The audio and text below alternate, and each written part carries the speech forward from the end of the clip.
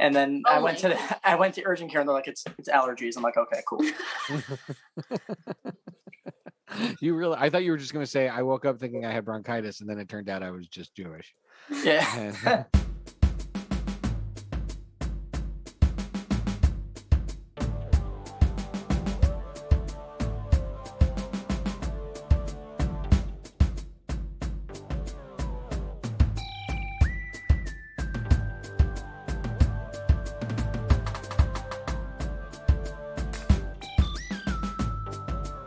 Here we are, and welcome to another episode of the Friday Night Movie Podcast.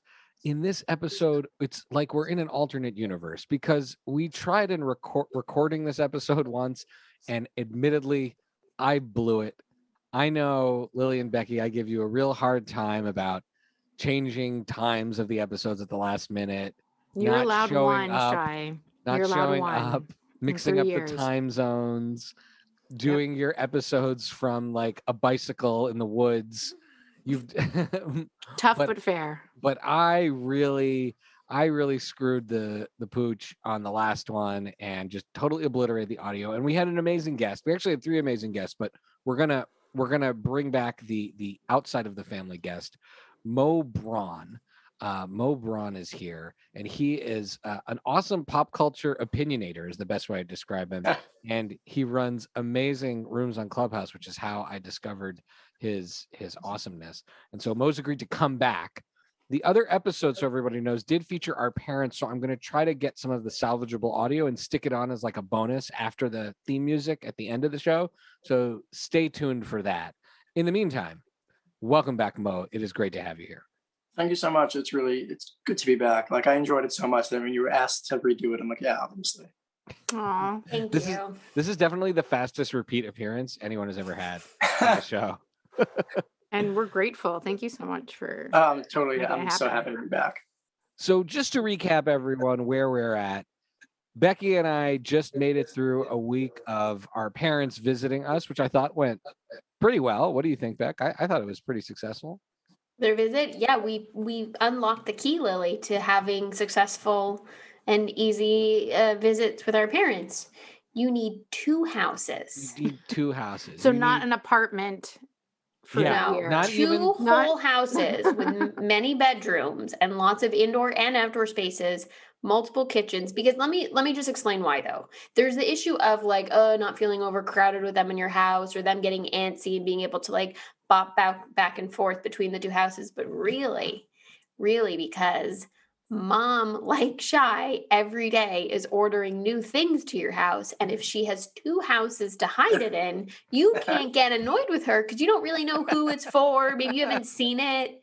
I mean, I'm not kidding, Shy. You know, a really fun game. Look closely, like a treasure hunt. I know several new things. A really fun stashed around your house. Was having mom live with me for a year with no Amazon.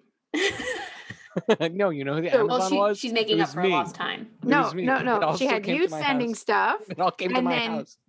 And then that lady finds a way. Spoiler. She definitely ordered like new cooking pans and cookware to your house, Shy, so she could have the right size pan that she likes to cook with. I noticed a new pan the other day. I thought it was because you took my pan, and I was like, "Oh, Becky took my pan. I now have this other pan in my house." All right. That's when I saw. I have a lot of new items. I told her if she's going to buy stuff, at least let me make a registry for her. At least it's like things that I want. We still have to fill out Lily's registry for all the things mom broke at our house over the year. Well, back to our guest. Moe specializes in he runs a few awesome rooms on Clubhouse, and everybody knows I'm a huge Clubhouse fan. You can catch actually Becky and Lily show up too as well, which is great. And Moe, tell us a little bit about your rooms and about the first game we're going to play today, because I absolutely love it. Sure. So my friend and I opened up a Clubhouse club called Quizzy Bubbler, and we have trivia on all sorts of things. We've done Seinfeld and Parks. We also do music trivias, like mostly 90s and 2000s, but the one that you're referring to is the poorly described movie trivia, where we poorly describe movies and people have to guess the movie based on our poor descriptions. So I started that on a whim on a Friday. It's now become like a thing we do every Friday. This Friday, I actually have this guy on Twitter who does this, and he has like hundreds of tweets about poorly described movies. We're going to have him co-host this Friday's episode. So it's just a lot of fun. And it's super inclusive because the way we play is if you get it right, if you get the answer right, you get to describe the next movie. So it's not just like, moderators with a list of poorly described movies. It lets everybody get involved. That's my favorite part because I assumed I wouldn't get any and not get to play. But then I got 2. So you got 2 last time. I like the way this game works. Yeah, you and your mom, I think, both had 2, and nobody else had 2. Okay, so I love this game. And I think I've played on the Clubhouse rooms and I love it too, because also it's really nice is that if you don't have one ready, you always come back. You all do a really nice job of coming back to the players. So we are going to play right now. Moe is going to lay some poorly described movies on us, and then we'll play the game from there. So, all right. And you're always very generous with us. You give us and what makes the right poorly described movie? Because you could poorly describe a movie nobody's seen, and then or say something like this movie is about a guy, and that's way too poorly described. Doing a thing. Right. What's the right sweet spot?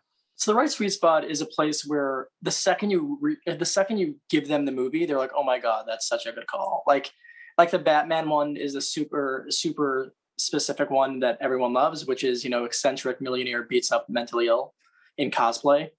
And no one thinks of it, but when you say Batman, they're like, "Oh shit!" That's 100% what that movie is. So yeah, I have to look up a couple new ones, but I do have one of my favorites. I used it, I think, 3 weeks ago, which is older sister ruins younger sister's chance of being on national television. Older sister ruins younger sister's chance of being on national television.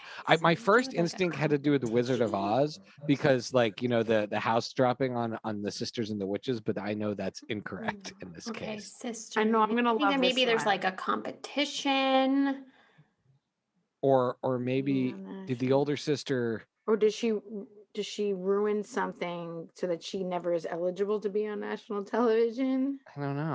I don't know, Lily. What would you do? What would you ruin of Becky's to prevent her from being? I stuck gum in her hair once. I mean, Becky was onto something. Oh, okay, a competition of sorts. Competition. Okay, so it's got to be a competition. Okay, I love the movies it brings your mind to that are wrong. That brought me to Miss Congeniality. So did I. I was originally Miss Congeniality. I'm like, they're not sisters in that movie. And it's an FBI. And then I was like, "Ooh, what would be my bad description of Miss Congeniality?" Yes, I get picked. I don't want to put that as a guess because I'll be giving it away. And then I was like, "Where's Benjamin Bratt?" And then I was like, "I really want to see that movie." Gotta listen to the Coco soundtrack because he sings at least one song on that. It's great. So, sorry. All right, so Mo, we might need a backup hint. We might need a backup hint. Backup hints. Okay. All right. Maybe the year, a backup hint is it's loosely related to Lag BaOmer. Loosely related to Lag BaOmer. Jewish holiday for Frozen. I don't know if there's a national competition. So wait, is there a Passover competition that I don't know? No. So are you familiar with the toys that are associated with Lag BaOmer? There's one toy that's very specifically linked to Lag BaOmer. And it's not a dreidel. It's not. That's Hanukkah. I know, but what other Jewish toys? Is it an etrog? No, that's Sukkot. It is a bow and arrow. A bow and Brave. arrow. No. Katniss Everdeen. Yeah, Wild Things Are the Hunger Games. Oh my god! Ew, you're right. Oh, that's such a good description. That's such a great description. Older sister ruins younger sister's chance of being. And Okay, so who got I that? wasn't thinking of a murder competition. I was thinking of a beauty pageant. But okay. Because it took a few of us to actually. I answered the way Mom would answer. The movie's called Katniss Everdeen. We both answered Katniss Everdeen at the same time, and then I added where the wild things are because I couldn't remember the name. But then you said the Hunger Games, so I feel like Lily is the one who got it right. Okay, mine might be too easy. I like the way Mo has a good amount of words in his. I feel like the tendency is to make it really short. The description does that happen a lot? Wait. Yeah. Since no one really got it, can I? Oh, sorry. Lily got it eventually after she just named all the words. Yeah. Okay. Anyways, okay. So it's about a girl who makes out with her brother in space. Well, that's Star Wars. That's I would have guessed easy? Star Wars. I would have guessed Star Wars right away before we've said a girl who makes out with her brother. Yeah, I thought I shouldn't play with you. So it's my. But Becky, you had to take a minute. It was taking a beat, but I was going to get there pretty quickly. Damn. Okay, I'll come up with a new one because my other one from last time was pretty good. No. So now I'm going to guess one. You're going to give us one. No, I'm going to give you one, which is a lady opens a hotel. Opens a hotel. I don't have a lot of words. Opens a hotel. Yeah, no. Opens a hotel. No. A lady opens a hotel and becomes a fixture of the local community. So the Bates Motel?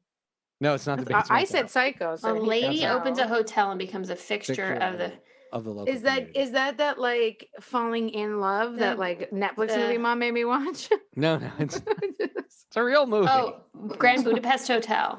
No, but I think you're kind of on the right. Well, not really Grand Budapest Hotel, but you are sort of on the right track in your own way. Oh, the Marigold Hotel. No. The old people Marigold Hotel. No. The second best Marigold Hotel in opens. And her friends come to visit. So a lady opens a hotel, she becomes a fixture of the local community, and her friends come to visit. Is it Mamma Mia?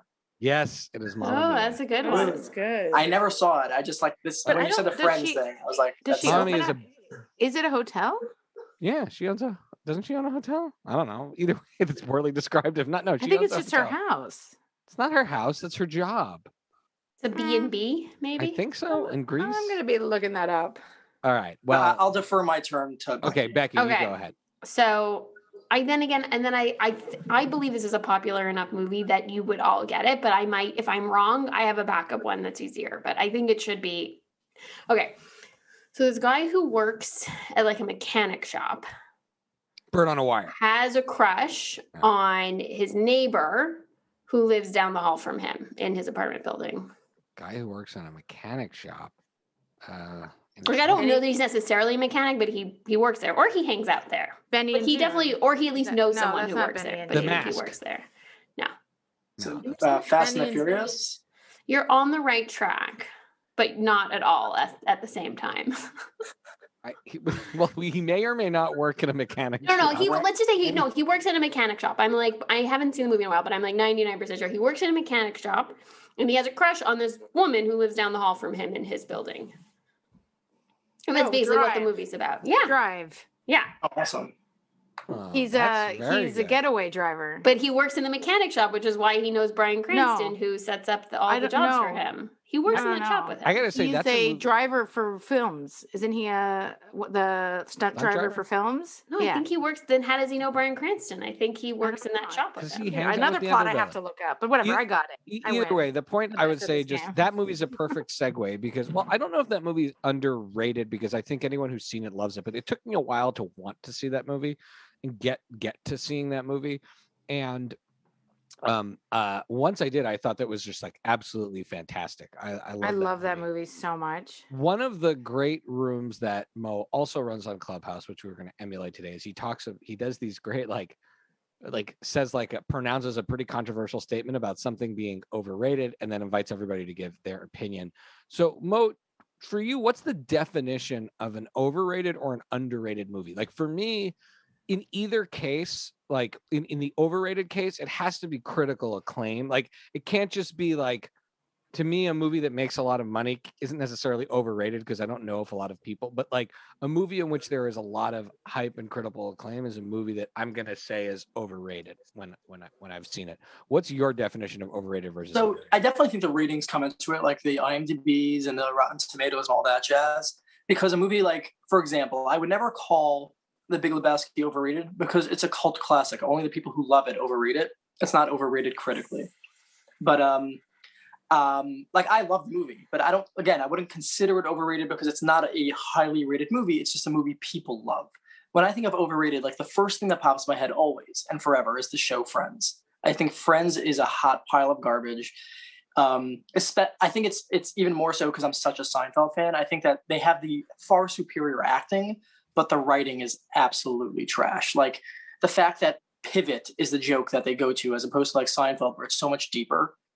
Like I I really, really always have hated Friends, aside from obviously the political issues, like you live in New York and there's one black person in 100 episodes. We're going to have to agree to disagree on this one, though. That's totally I fine. think we should pivot. Yeah, we should pivot. We should pivot. All right, but I mean, that's where Moe's coming at it with this. And I have to say, I disagree, but I respect where you're coming from, and you do make sound arguments. But So I'd love to do a spin on the overrated underrated game, and I'm going to introduce you to our signature games. We actually have a bunch of them, but I'm going to throw a few at you. Are you ready for it, Mo? Sure, let's do it.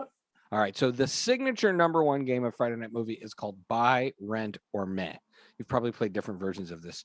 And Buy, Rent, and Meh is the official rating scale of everything on Friday Night Movie. So a movie is either a buy, a rent, or a meh. Occasionally it's a bleh. That's like, you can only use a couple of those a year. In this case, I'm going to give you 3 movies that from our previous conversation that we had with my parents that unfortunately is sort of like lost to the world of audio. 3 movies that were identified as overrated. And you have to buy, rent, and meh each of these. Okay. Now, buy means you'll keep it. You'll take it home. Rent means you watch it on streaming by today's standards, or you'd go and rent it, but you're not going to invest in that whole VHS. And then meh is whatever you define it. So meh doesn't have to be the lowest ranked, because it could be an indifferent meh. And your rent could be more contemptuous, but you do have to define what that meh means. And again, occasionally a bleh. No, for sure. I got you. All right. So from our original conversation, I had said the Joker was overrated. Was it Becky or Lily who said La La Land was overrated? Becky said La La Land was overrated. And 2001 Space Odyssey was Dad's one that was overrated. And I want to tip my hat to Dad, who did such a great job researching this. And he just savaged the movie. But if so, Mo, buy, rent, or meh, and everyone will play a little bit here. Joker, La La Land, 2001. Okay, so I feel like Rent can also be seen in theaters, and with that, I feel like because it's like it's the idea that you want to see something once, but maybe not another time. Okay, I like it. I like it a lot. Like you're still spending money on it, but you don't want to take it one and done. You're not committed to a long-term relationship with it. Correct, and I think, like I mentioned before, the Joker to me was something that I would never see in the privacy of my own home. The thing about the Joker that I loved, again, and when I say loved, I mean in the time I was frightened as hell, but like I just loved the experience, was people laughing at the Joker at weird times made you feel like you were sitting next to the Joker. And it frightened me in the theater. And I thought that was a very weird but cool experience. Do you think like people didn't get the joke, or they didn't? No, I think they were psychotic. I feel like I was sitting next to a group of psychotic people. And that was the point of the movie, was like anyone next to you could be the Joker. And again, the movie, like they might defend themselves saying they were trying to bring awareness to mental illness. If you were trying to bring awareness to mental illness, you'll make a donation and an ad campaign. That wasn't what it was. They were vilifying mental illness in a way. But I think I would rent that. I think that's a movie I would rent, or like I would see it in theaters. I saw it in theaters. I don't think I would ever watch it again. I think I got what I needed from it, and I'm done with it. I'm with you on that. I saw it in theaters, and I never want to see it again. No. So that would be a rent for me. What was the next movie? La La Land and Space Odyssey. La La Land for me was a meh. Like I pushed it off for so long because I think the most compared movie to it in its time was The Greatest Showman. And while I realized The Greatest Showman wasn't a great movie per se, the music was insane. Like I love that soundtrack. I play it all the time. That's one that our mom would pick as an underrated. She loves that movie, and I kind of wanted to see it. I think it's an incredible movie, like on a music level. But I don't think that the movie itself was like, I think like, for example, if I'm thinking of a movie that both music and movie combined were perfect, was The Sound of Music. I think there were a lot of issues with like how easy it was to escape Nazis, as if it was just like, oh, all you needed to do was hide in a church.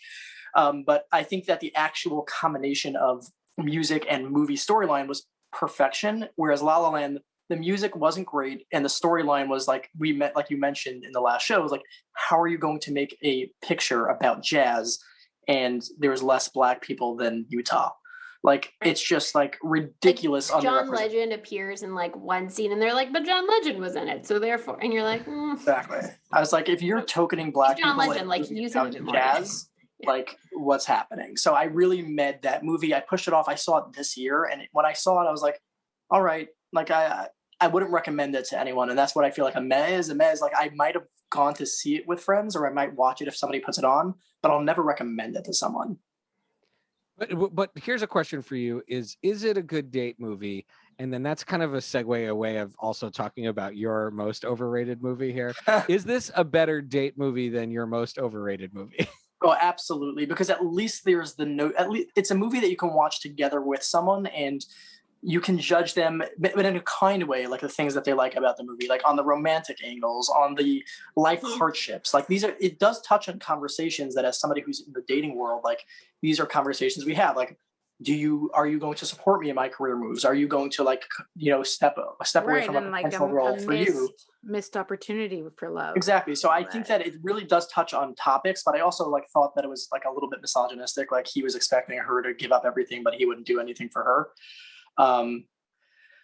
But I do think that the other movie that we're talking about was the absolute worst movie I've seen in my life. And like I mentioned, like I didn't go on another date with this person because they like this movie. And I'm like, if this is the type of movies you like, I don't want to talk to you ever again. I love that. That should just be a criteria. Forget all the apps. All you should do is just answer a questionnaire about movies. Yeah, I think I would 100% swipe on apps based on their love for Seinfeld and Friends. It's like Seinfeld. You swipe, Seinfeld swipe right, like Friends swipe Seinfeld left. Seinfeld and Friends. Well, Mo, we're never getting married. Then, just to let you know. All right. So now I'm going to throw you some of our underrated movies. So I assume the Space Odyssey is your buy. Yeah, I guess it would be my buy. I honestly, okay, might be shocking. I've never seen Space Odyssey. It takes a while. It's a huge investment of time. I've never seen it. That's one where I would say, though, what all the cool kids say. I would say if you have a chance to see that on the big screen when theaters are open again, because it'll run every time, every once in a while. That's one where going and doing it. And I am going to rewatch it. I've committed to rewatching that with my brother-in-law Vlad because it's one of his favorite movies. And there's a movie I've never seen, which is Zero Dark 30, which I've also committed to watching. Sometimes that one's amazing. Really matters. All right, underrated movies we talked about: Death to Smoochie, which is the one I swear by; Buckaroo Banzai, which is my dad's; and then Galaxy Quest, which was Becky's. Mm-hmm. Galaxy Quest, which was Becky's. This is a hard one. Buy, rent, or meh. But I don't know if he's seen all these movies. That's even more fun. If you haven't seen them, that makes you do. I haven't seen any of those movies. Oh, so wait. So this is an opportunity for another follow-up episode for Mo, because when he sees all these movies, I'm going to want to know what his answer. These are for sure, and I'm hardcore recommendations from us. Galaxy Quest definitely talked to me the most because I love the idea of like lampooning sci-fi. Right. Like Spaceballs. Yeah. Spaceball was one of my favorite movies, and I had never seen Star Wars. Like without knowing any of the jokes they were making, I still loved Rick Moranis and like everything else about it. So it must have been even funnier to you once you got to see Star Wars. Oh, it was hysterical because when I was watching Star Wars with my friends, I would make reference to Spaceballs as if Spaceballs was the original. I'd be like, "Oh my god, it's like Spaceballs!" And he got so angry.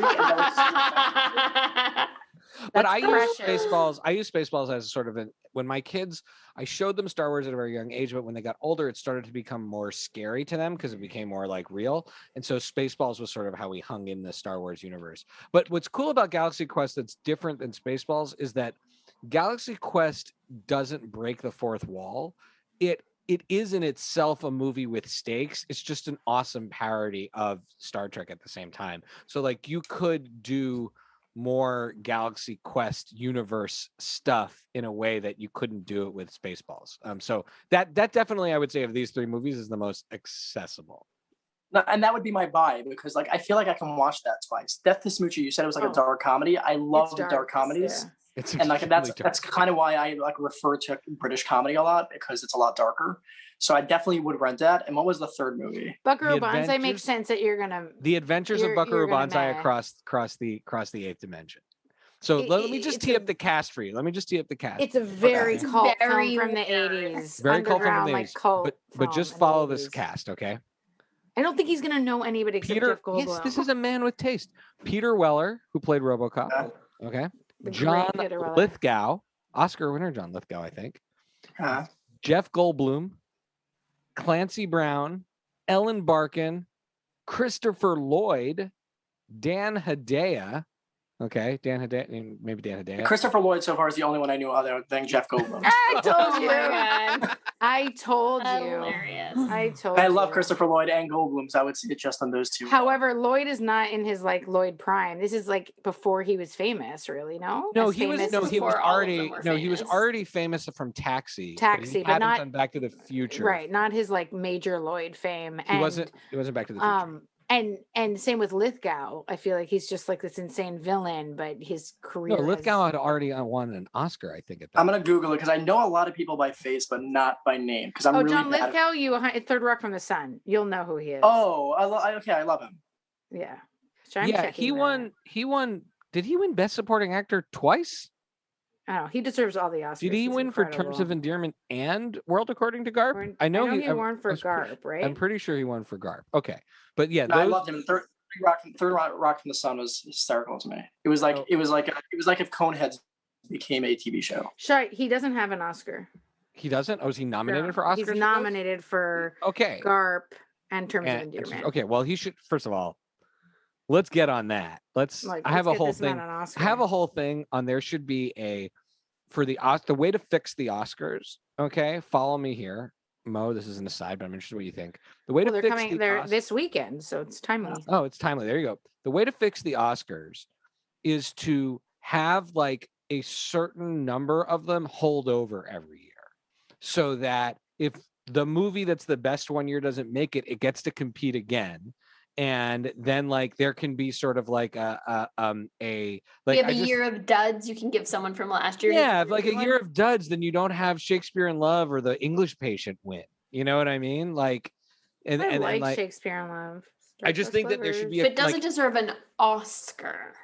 If the 10 movies, it deserves to be nominated. Actually, I'd say, considering how they give out Oscars, yeah, it probably does deserve it. But 10 movies. Anyways, all right, okay. Now we're gonna play a game. We call this Pitch Imperfect, okay? And Pitch Imperfect has a few different variations to it, but the version we're going to play here is where you pitch a sequel to a movie that you like, and it's going to be an underrated movie. So you're fighting against the trends here, against what conventional critics say. And I am going to stand by my deep love for Cats, the movie. Not even. Could there be a Cats sequel? So wait, hold on. I'm going to pitch it to you, okay? All right. So Cats sequel. All right. So a Cats sequel. And I'm going to base it on the movie because the play is a whole other direction. And I could go in that direction too. But, we're talking about movies here. So wait, have you seen Cats, Mo? I have not seen Cats. I've read every single tweet about it, but I have not seen the movie. It's, those or the Broadway show. No. The only Broadway show I've ever seen was Book of Mormon. Okay. Oh, such a good one. I liked Cats way more than Book of Mormon. No, Book of Mormon was amazing. But for me, every play that isn't Les Miserables to me is like it's not Cats. Because Les Mis is the only one I like as much as. Sorry, Cats. did you grow up in the 80s? Yeah. Yes, you super did. 80s. Very 80s. Okay. So here's my pitch for Cats. At the end of the film, McCavity, played by an anatomically restructured Idris Elba, is left on the tower, right? On the top of Big Ben, I think, or something like that. Like he's tried to make his way to the heavy side. What if our listeners stopped listening? Okay.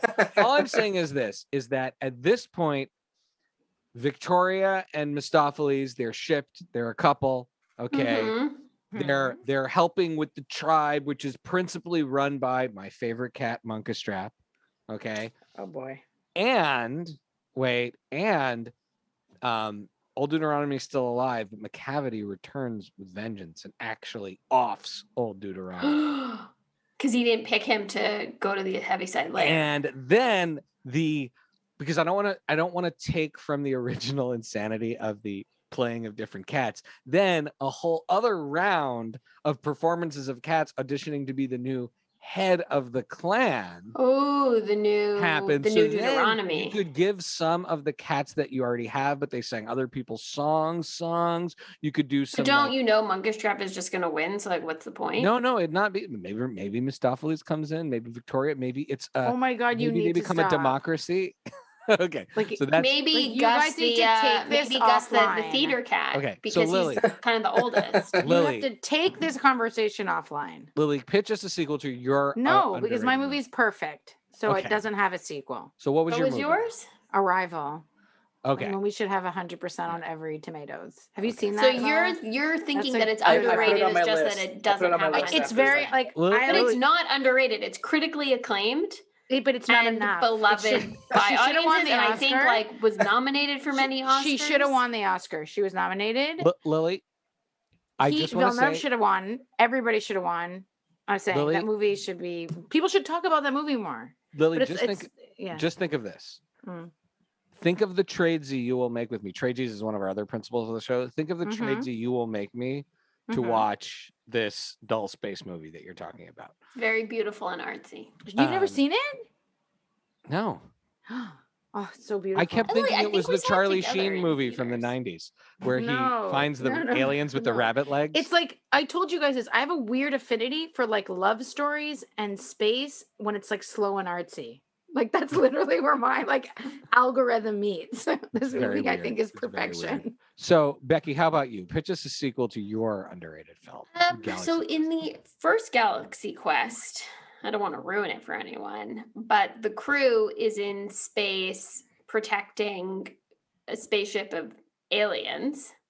And then I think in the sequel, the aliens now, their alien friends now come to Earth, and the shenanigans are reversed of the aliens being on Earth trying to protect the humans from a different space creature bad guy. And now we just basically, you kind of, you just like, yeah, you kind of like you didn't write the screenplay so you could do like of yours like Shy did. Listen, not every movie needs to break the mold. I don't need to reinvent the wheel. I can go with what works. This is a formula that would work. I just want to see my humans and my aliens having cute shenanigans. Well, you could do a play on Star Trek 4, right? Because Star Trek 4 is in this specifically scenario, where I've the seen people all come the to Star Earth. Treks. Okay, great, yeah. So perfect. In Star Trek 4, they go back We'll in time. parody. They go Star back in Trek time to 4. the 80s to get the whales to save the future. Said no one ever. Okay. Next. All right, Mo. How about your underrated movie and your All right. pitch for a sequel for it? So I don't have a great sequel to The Last Boy Scout, but if they did come out with one, it would have to be called We're Joking, There Was One More Boy Scout. But I thought you were going to pitch a prequel that was the first Boy Scout. Yeah, but I would have loved to see, honestly, like, and again, this is obviously a joke, but I think it would be hysterical if somebody did a sketch of a sequel to White Men Can't Jump, and it's called Jewish White Men Can't Jump, and all it is highlights of the ball getting stuck in the rim and us using brooms to get it out.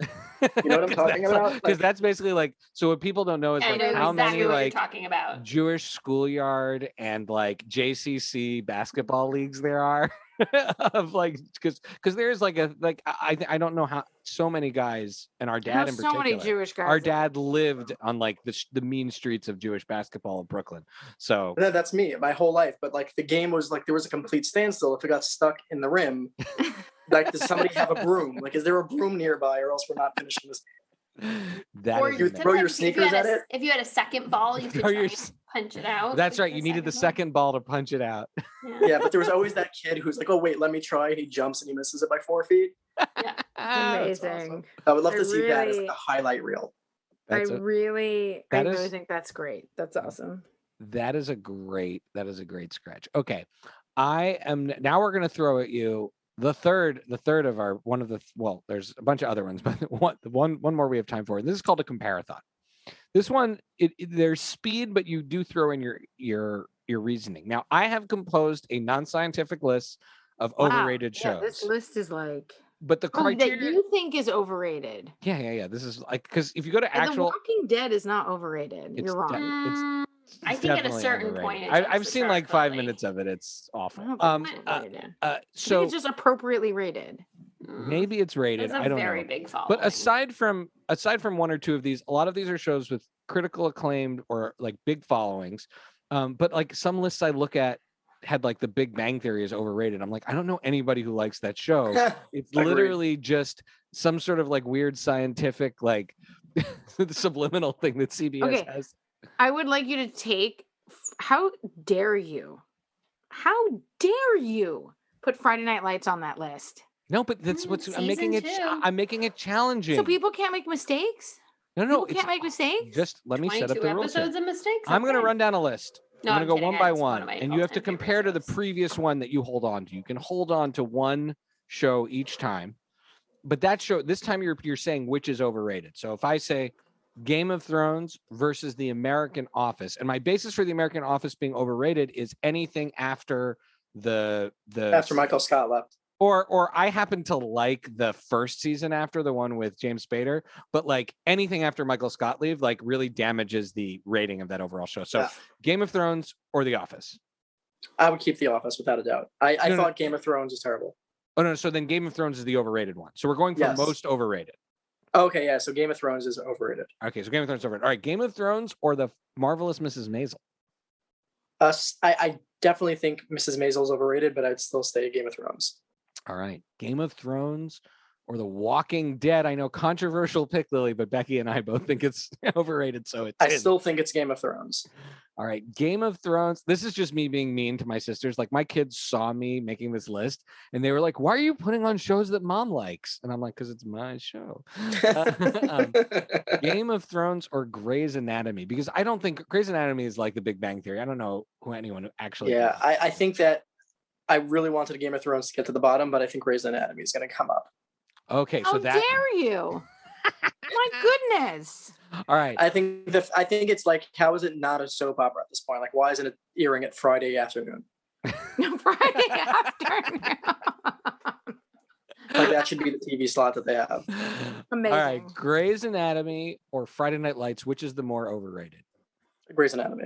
Grey's Anatomy or Stranger Things, which is the more overrated? I particularly go hard on I love Stranger Things, and we all love it, but to me, I'm like fixated on the fact that I think it's overrated. That's like I think that the season 2 and 3 were definitely overrated. Season 1 was good enough that I'm going to let Grey's Anatomy keep the title so far. All right, Grey's Anatomy against House of Cards. I still Grey's Anatomy. Like I think House of Cards again. Like I think that there were seasons that weren't great, but there were seasons that were fantastic. All right. Grey's Anatomy or one of Lily's favorites, American Horror Story. Oh, I absolutely love it. Every single season of American Horror Story. Really? I don't have the guts to watch all of them. It is so chilling, and I love horrors. So chilling. Oh, I didn't know that. Yeah, I love horrors. Really? Like, ooh. I one of my biggest issues are like all the new horrors are too funny to be scary. My husband says the same thing. Oh my God, you guys have to get together and watch terrifying films together. Every time I see a show or movie that scares me and I send it to Lily's husband, he's like, why are you sending me comedies? He's like, he's an accident. He's like, I didn't do his accent. It's funny. Well. I made him like kind of an Israeli there. He's Spaniard. I was going to say, he sounded super Israeli. Yeah. All accents to me are Israeli or Spanish, Israeli or Russian when I try to do accents, no matter what. All right. Okay. So now Grey's Anatomy or Mad Men? I admit I watched 6 episodes of Mad Men and I just couldn't. There was nothing that I liked about it, but I know that's a critically acclaimed show. I think Mad Men is the Gary Vaynerchuk of TV shows. What's a Gary Vaynerchuk? Oh, he's like this success coach, marketing wizard guy. Like, follow me and you'll be successful, and you're not doing it because you're not hustling enough. That's the type of show it is, but I still think Grey's Anatomy because I do appreciate the highlighting of like how ridiculous those offices were in the 60s or 70s. I mean, it really is sounds like it's awful. Sounds like an awful place to be. All right. So Grey's Anatomy has took it from Game of Thrones about the third way through, and now we're in the final stretch. All right, Grey's Anatomy or The Family Guy, which some people might not say is overrated at all. Yeah, I think it's not overrated. I think the first bunch of seasons were incredible, and then everybody else, I think most people are like, this is terrible now, and it's not overrated. It's just a bad show now. Okay, so it's just sort of, it is what it is. All right. Yeah. And now one of the 2 shows most talked about on your Clubhouse room, Grey's Anatomy versus Lost. Lily was a big Lost watcher.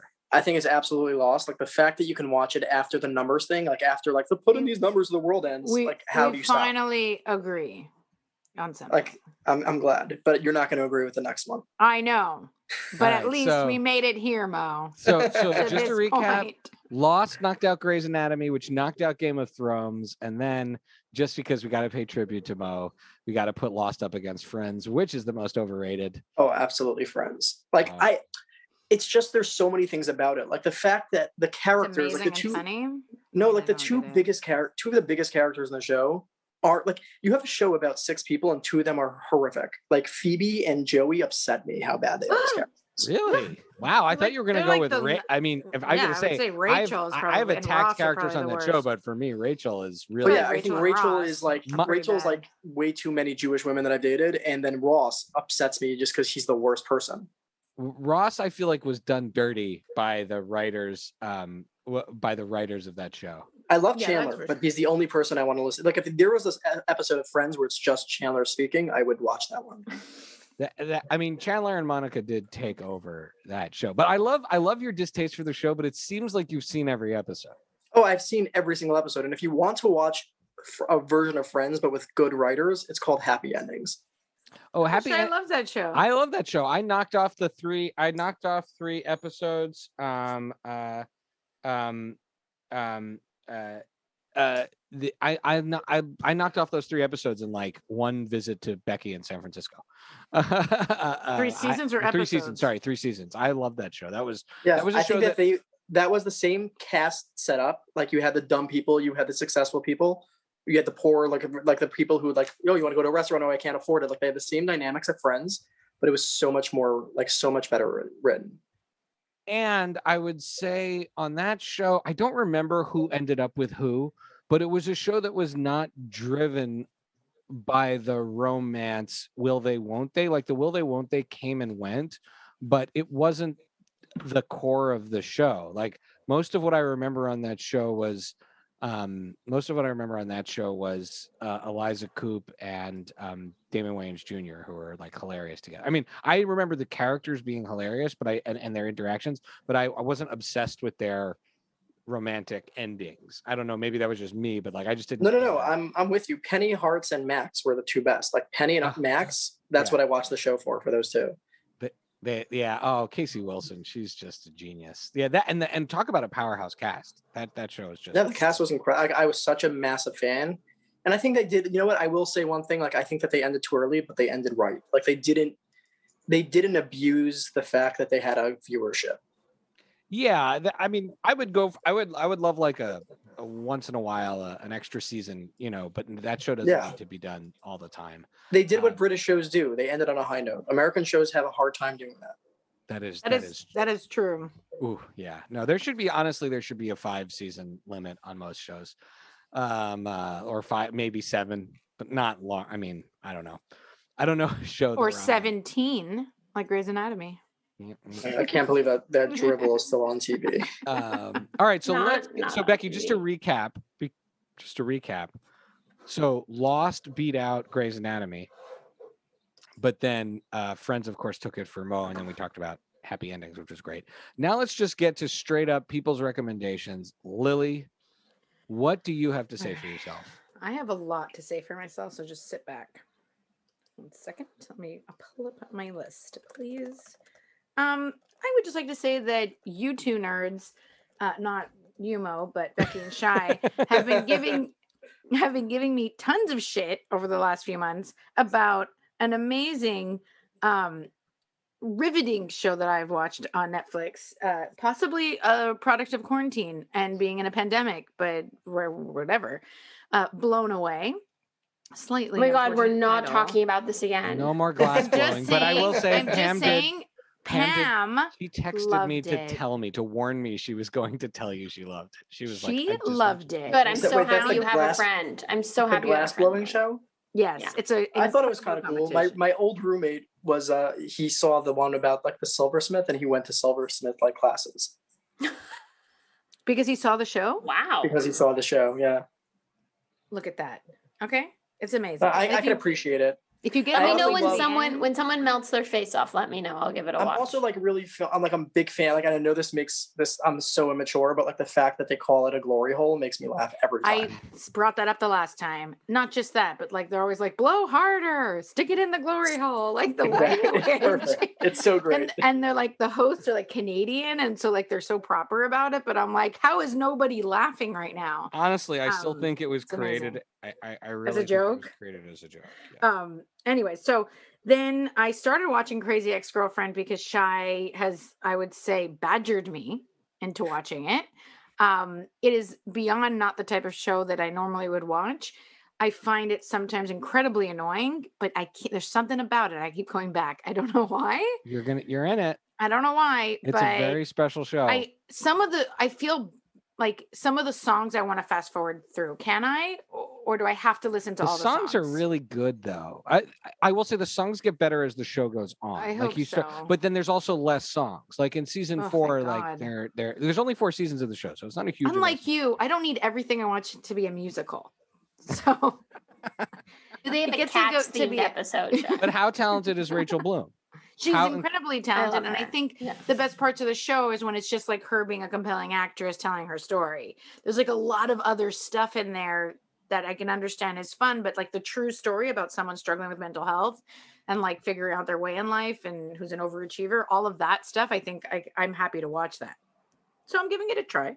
All right, thank you. I finished Patriot, which is my, like, I was blessed to have you bring the show into my life. I believe there's a certain award to be bestowed on me. You are a genius, and I give you an I Told You show. Yes!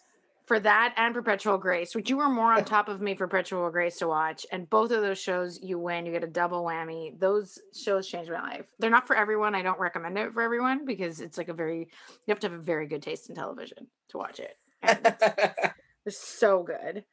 Double I Told You, so I see you writing that in the notes. You bet that's going in the notes. It's going in the promotion for this episode. Quickly, Sound of Metal, Promising Young Woman, mind blown. Those movies were incredible for people who are interested in Oscar movies. So you know the anxiety I have about seeing Sound of Metal because I'm a drummer. Will it stress me out? No, I don't think so. I don't think so because like a good, Jewish boy that you are, if there's a hint that something's wrong with you, you're going to a doctor.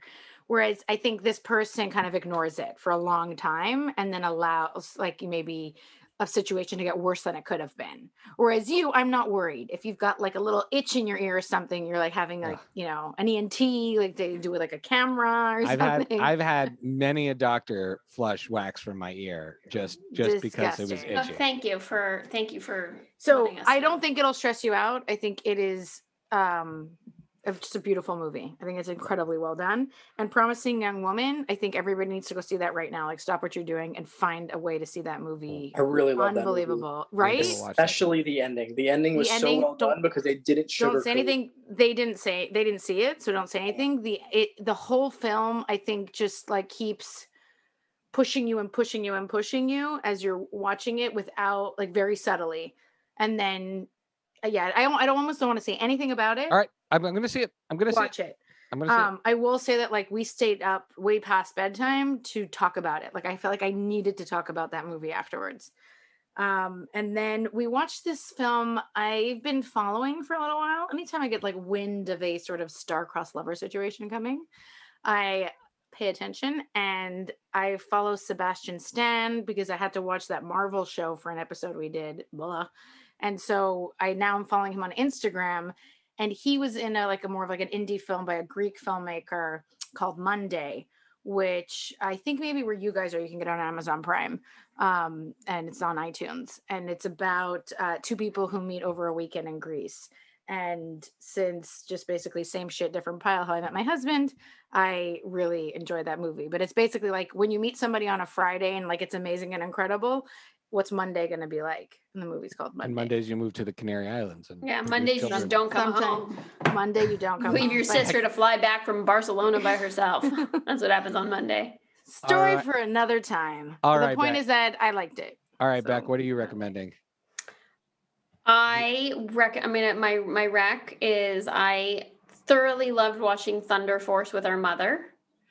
I don't know that I like recommend it just to like hang out by yourself and watch it, but if you can score a date to watch it with our mom, it's awesome. How big of a Patreon's, like when we start our Patreon one day, we keep alluding to it. How much do you think someone has to pay to get to watch a movie with mom? I mean, it's priceless. How can you put a price tag on those giggles? Like they get to pick and they get to watch it with her. Yeah. I don't think it's Patreon. I think you start your own company called Only Moms. Oh my God. You are a genius at startups. Can we copyright that? Oh my God, Mo. It's all yours. It's amazing. You can like rent a mom to watch a silly comedy with. No, I'm all for it. And I've also been loving the newest season of Nailed It, which I'm slowly doling out to myself, like one episode at a time. And I'm really enjoying that. That's what I've been watching. Unlike Lily, I don't know. You watch like 2 movies a day? You have children, you have a job. I don't know how you have this much time. Believe me, if you want to work for it, you can figure out how to get those movies. This is over the course of many, like of like and 2 or 3 honestly, weekends. I've been watching shame people for following their bliss. Listen, I think my problem is that I get sucked into these like really, get sucked into these YouTube vortexes of like cooking, cooking demonstrations. I watch them for like 2 hours a night. It's really, so it's probably what's eating up all my time. All right. Well, Mo, we a man of such exquisite taste. We would love to know your recommendations. I have so many, but if anybody's ever seen Lilyhammer, that's the first ever. Isn't that the first ever Netflix original? Yeah, that was the first ever Netflix original. Norseman to me is one of my favorite shows. If you haven't seen Norseman, it is a lampooning show of Viking shows, and it is absolutely brilliant. Okay, I'm gonna write that down. What's that on? It's on Netflix. Norseman. It's 3 seasons. They canceled it after 3 seasons, but it is absolutely incredible. Then there's I love British comedies. Black Books I think it's on Amazon. It's really funny. It's with Dylan Moran and Bill Bailey. Really funny. Very, very dry. So if you don't like the first episode, don't continue. It's like a super dry humor. There's a show called Friday Night Dinner. Oh my God! That's one of Hello, that is like. I was gonna say, like, as a Jewish family. Oh, he died. What an incredible show! Yeah, we're hardcore Friday Night Dinner fans. We haven't all finished. Well, I think we're all at different stages. That one I'm doling out like Schitt's Creek. I can't. I love that show. It's literally a perfect show. Everyone I've shown it to, like, I found the show on Clubhouse because one of my British friends on Clubhouse is like, you have to watch this as a Jew. Oh, yeah, and absolutely eat it up. It is fantastic. I love how there's always a challah on the table. Yeah, they don't actually touch it. But they don't touch it or make a direct reference. Yeah, you would think they live in LA because they're all gluten free. Like, they don't, like, everyone like just passes on the challah. But it's there. It's there. And then the last one I would give you is a show called Autonomies. So it's the same writers as Shtisel, which if you haven't seen, I love that show. My mom loves it. I tried. My mom really loves it. I tried. I love that show. Sad. I had a hard time. It's sad. But I also like. There was a bunch of shows that I watched with like the dubbing, like Lupin and Dark. But like this is my favorite. So Autonomies is on Amazon, and it's basically in a post-Civil War Israel where the Haredi community lives in Jerusalem, in an autonomous Jerusalem, and the non-Orthodox live in live in Tel Aviv. And the basic story is that like there was a nurse who accidentally killed a baby and was so nervous that she took a baby from the Haredi's room and gave it to this Chiloni, to like this non-religious person. And then 9 years later goes to the Hasidic woman, is like, your child is actually not alive. And it's just like this battle between the Orthodox and the non-Orthodox about who should get this child. I mean, it sounds amazing, but I'm anxious, extremely anxious. No, it is very, very anxious, but I've only watched the first 3 episodes and my friend would call me crazy that I do this, but I like saving episodes. Like if it's a show that I love. No. I just said, I will not finish Schitt's Creek. I still have the last episode of Parks and Rec. And wow. Yeah. And I'm going through Friday Night Dinner very carefully. No, so I'm the same way. So I've saved it because I really, really. Oh, and sorry, you know what? One more because of how much I love the show. Hashoter Hatov, The Good Cop. It's on Netflix. It's an Israeli show. They only have the first season. I still cannot find the second season. The best Israeli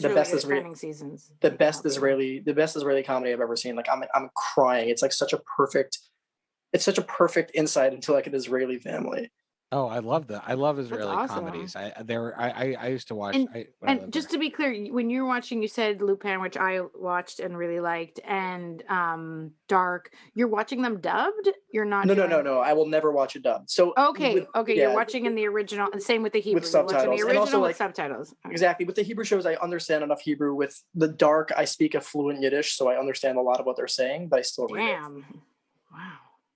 Yeah, that's amazing. Wow. All right. Well, that's amazing. Thank you. These are great recommendations. These are really good. I feel like we gave you a bunch of good stuff, but we just. No, I'm excited. I'm going to read that list. I'm going to go through that list. You just got a lot of good stuff. And then for me, Warrior on HBO Max. I've still only seen the first episode, but it's really cool. Bruce Lee. But before I finish saying something, Becky, where can people follow? Oh, no, Becky had to go. I'll just say what she had to.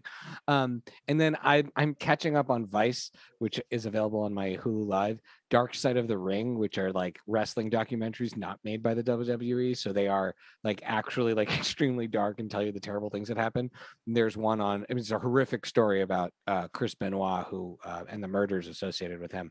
But you know how I'm in a wrestling phase again, and so I love eating up all the behind the scenes stuff. So that's a lot of fun. For that series is great. That one's very dark, but it's very cool.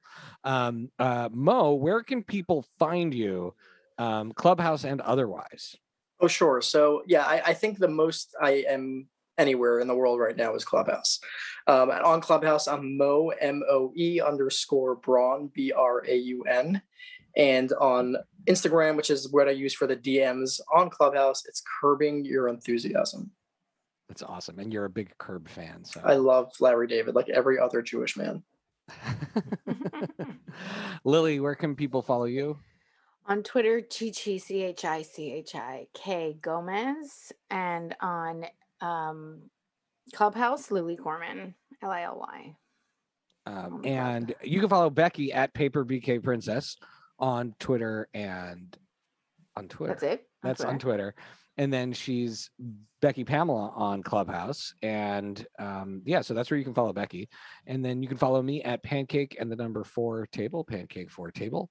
On Twitter and Instagram. You can follow all of the Friday Night Movie shenanigans at Fry Night Movie on Twitter and Instagram, or FridayNightMoviePod.com. And please join us in checking out the NAACP Legal Defense Fund, Equal Justice Initiative, and the Asian American Journalists Association, all organizations that we are supporting as a family doing really important work for our democracy here at home. And with that, the theme music by What Does It Eat kicks in, and we dance our way into this afternoon. I want to thank Moe Braun for being here. Much. We can't wait to have you back again for a third time. I'm looking forward to it. I have a lot of stuff to watch. And stay tuned after the theme music, because I'll put a little clip from the sadly audio messed up version of this episode. That was my fault. But thanks everybody for listening, and see you later. Bye.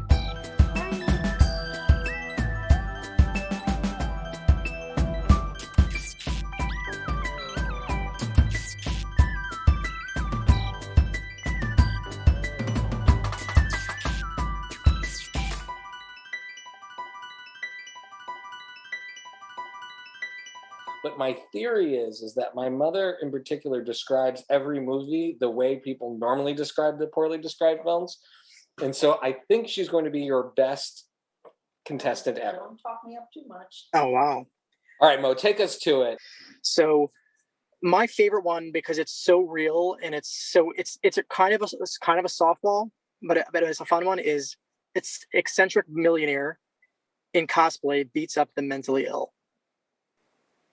Oh, you know what? I think because I think You've played. I played, so I know the Eddie Murphy movie. I'm not gonna say it because I played. That's Eddie Murphy. Trading Places? Is that Trading Places? It's not. Is it that Adam Sandler movie where he becomes a millionaire? Oh, that's a good Mr. guess. Deeds, but he dresses up in cosplay. So he and dresses beats up the as mentally somebody ill. else. Oh. Also, it's like, you know. So wait, I'm not right? Isn't Trading Places is somebody rich who pretends to be somebody poor? Yeah, but he doesn't beat up the mentally ill. Oh, okay. The mentally ill. That doesn't seem appropriate. You would think that after, but when you hear the name, that's the answer. You'll be like, oh, okay. So cosplay is they dressing up as somebody else, but not necessarily like a superhero.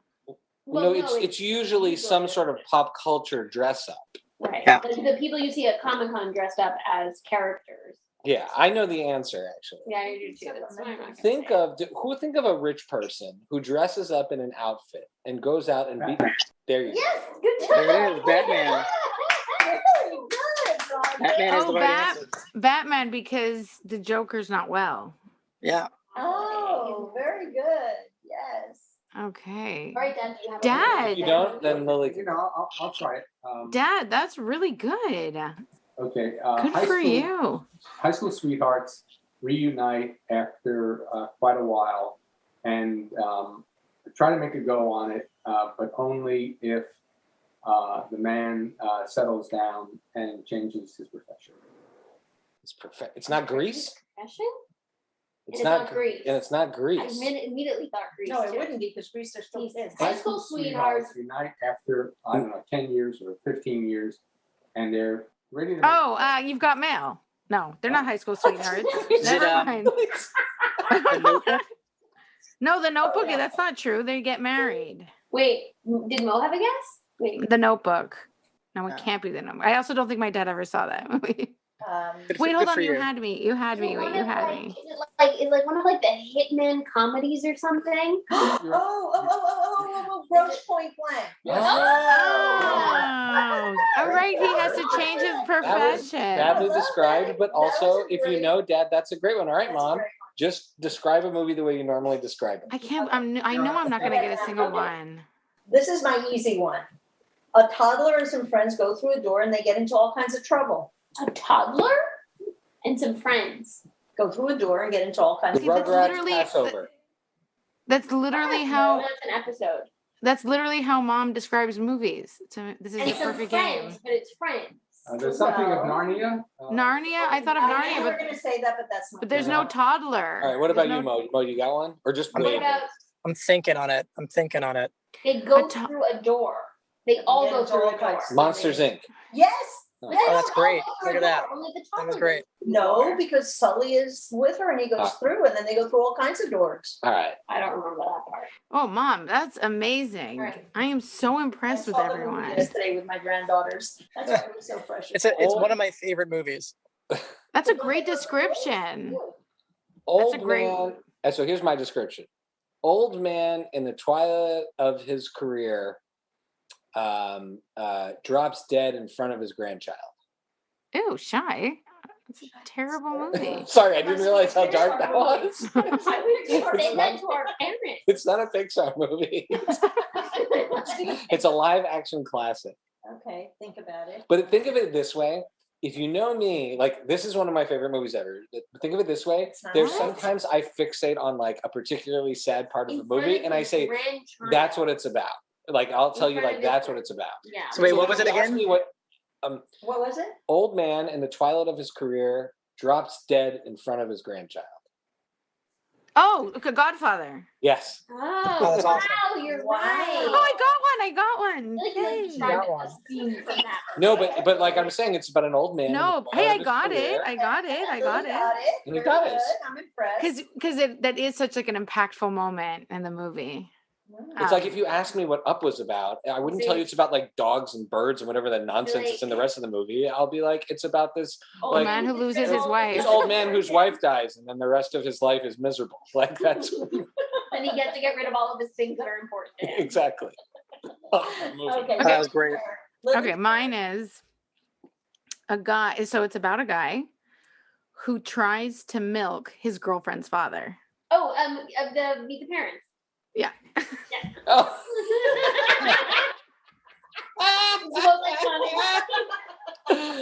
I've got nipples, Greg. Can you milk milk me? me? That's funny because I first thought of Opportunity Knocks, but I went back to Moe's original rule of it has to be a movie people know about. Okay, a guy. It's all about guys. It's about guys. A guy who is trying to replace his rug. His what? Oh, His rug? A Big Lebowski. Yeah. Big Lebowski. All right. Goes everywhere All right. with So it. even though Mom got it right, I'd love to give one more back to Mo, and then we'll get into some further conversation. Mo.